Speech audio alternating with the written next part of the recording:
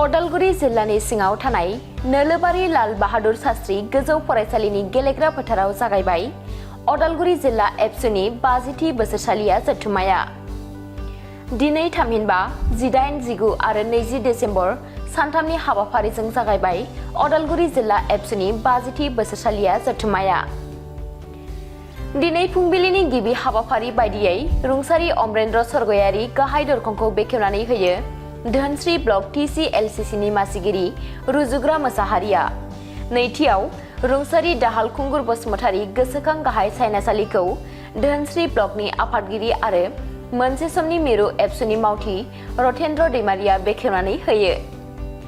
बे समाव दुलाराय बर' फरायसा आफादनि नेहाथारि आनन्द दैमारिया दिनैनि हाबाफारिनि सोमोन्दै गुवारै बेखेवनानै होदों आरो बिथाङा मा बुंथिदों नोंथांमोनहा आबुङै खोनासंदो। मा थांखिखौ लानानै बेबायदि बानजायना? उदालगुरि जिल्ला दुलाराय बर' फरायसा आफादनि 50थि बोसोरारि जि जथुम्मा दुलाराय बर' फरायसा आफाद जिल्लानि दा बेखौ जोङो बानजायनो मोनना जोबोद गोजोननाय मोनदों। थांनाय 50 बोसोरनि उनाव जोंनि बे ओनसोलाव दुलाराय बर' फरायसा आफादनि जिल्लानि गिबि खेबनि थाखाय बेयाव खुंनाय जादों। जोंनि नोलोबारि दख'रा दुलाराय बर' फरायसा आफादनि बेन्दोङाव बे रोखोमनि जिल्लानि जथुम्माया जाफेराखैमोन। खारना जाबाय थांनाय गोलाव समाव बे रोखोमनि जिल्ला दुलाराय बर' फरायसा आफादनि कनफारेन्सखौ खुंनो मोननाय बे रोखोमनि खाबु आरो समया गोरोबाखैमोन। नाथाय दिनै BTR एकर्ड जानायनि उनाव मोनसे गोजोन मोनसे परिबेक जाफैबाय। दा बेयावहाय बे ओनसोलनि मानसिफोराबो बा सुबुंफोरा दुलाराय बर' फरायसा आफादनि मावनाय दांनाय गासैखौबो गिदिरथार मोनसे मदद होनानै दुलाराय बर' फरायसा आफादनि नोजोर आरो थांखिखौ मोजां रोखोमै अनसायनाय बेखौ लानानै दिनै बे 50थि बोसोरारि जथुम्माखौ खुंनो थाखाय लाहार फाहार खालामबाय आरो गोजोननाय मोनदों।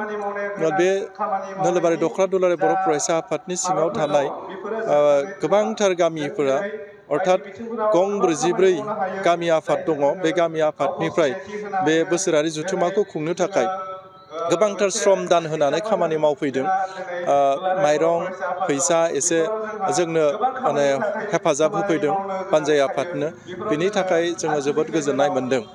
आरो लोगोसेनो जोंनि ओनसोलाव बे रोखोमनि दुलाराय बर' फरायसा आफादनि जिखिनि नोजोर आरो मावथांखि बेखौ जोंनि ओनसोलाव फैबाय थानाय फरायसाफोराबो जोंनि दुलाराय बर' फरायसा आफादनि जेरै मोनसे मिशनखौ मुभमेन्ट महरै होदों, जेरै mission skill and quality education.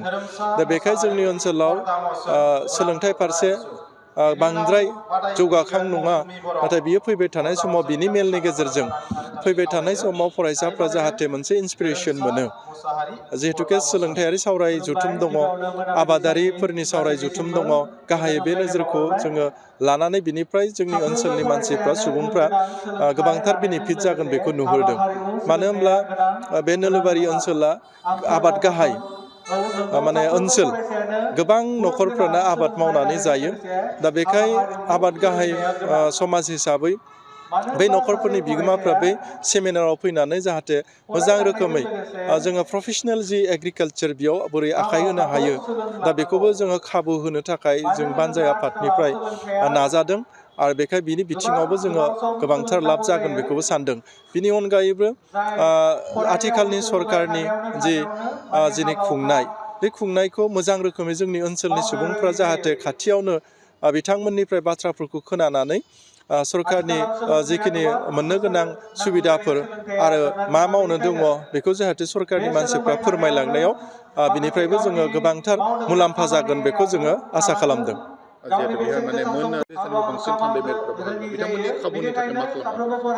नंगौ, उदालगुरि जिल्ला दुलाराय बर' फरायसा आफादनि सिङाव गं 22था दखरा दुलाराय बर' फरायसा आफाद दङ अर्थात आनसलिक कमिटि दङ दा बिथांमोननिफ्राय फैनाय डेलिगेट्स बिथांमोनखौ जोङो मोजां रोखोमै थानो जि हायो सुबिदाखौ जों खालामदों आरो डेलिगेट्सनि जे सावरायनो गोनां हल दा बेखौबो जोङो मोजां रोखोमै जाहाथे थेलेबलेब मोजां मोनसे परिबेकजों जाहाथे सावरायनो हायो बिनि थाखायबो जोङो मोजां रोखोमनि बानजायनो थाखाय जों हास्थायदों जि हायो जोंनिफ्राय एसे मोजां रोखोमनि रायदावनो थाखाय जों बेबस्था खालामदों बेनिफ्राय जे सानथामनि हाबाफारि लानानै जे खुंदों दिनै मा हाबाफारिखौ जागायजेननाय जादों दिनै गिबि खेबनि थाखाय फुङावनो जोङो गाहाय दरखंखौ बेखेवनानै बेयाव थानाय जानो गोनां जि जुथुमानि नयंफोर जेरै गाहाय दरखं आरो सायनासालि आरो आलासि जिरायसालि माने डेलिगेट बादा आरो डेलिगेटनि थानो गोनां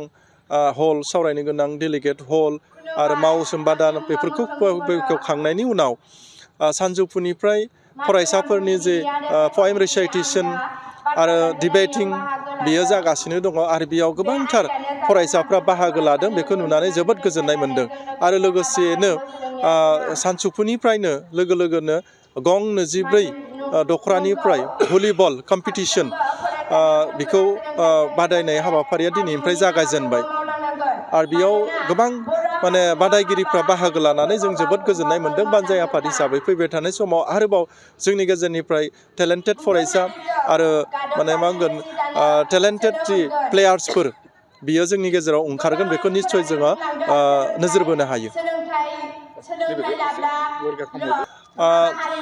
उदालगुरि जिल्ला दुलाराय बर' फरायसा आफादनि 50थि बोसोरारि जथुम्माया बे नोलोबारि दखरानि सिङाव थानाय लाल बाहादुर शास्त्रि गोजौ फरायसालिनि बे गेलेग्रा फोथाराव जादों 18, 19 आरो 20 डिसेम्बर 2024 बे खालाराव गिबि सान हिसाबै दिनै जुरिबाय गाबोनो 19 अक्ट'खालि गोबां गेवलां सावरायमेल दङ आरो 20 खालार खालि गेवलां मेल दङ बे गेवलां मेलाव जोंनि ओनसोलजों लोगोसे जिल्लानि दाब जायगानिफ्राय जोंनि मेलेमजिबि फोरोंगिरि फरायसाफोर आरो रायजो राजा नोंथांमोनखौ आङो बायरायदाव आफादनि जानानै बेयाव बाहागो लाफैनो थाखाय खावलायदों मानो होनब्ला रौतानिफ्राय 5 किल'मिटारल' गोजानाव आरो उदालगुरि सदर जिल्लानिफ्राय 10 किल'मिटार गोजानाव थांलाय फैलाय हान्था मेलाया जोबोद मोजां खाथियावनो फैनानै बे बाहागो लाफैनो हागोन दा बेखाय दखरानि आरो गासै जिल्लानि रायजो राजाफोरखौबो हानायसिम बेयाव फैनानै बे गेवलां मेलखौ जाफुंसार जाहाथे खालामफैयो बेखौ आं गुरै खावलायबाय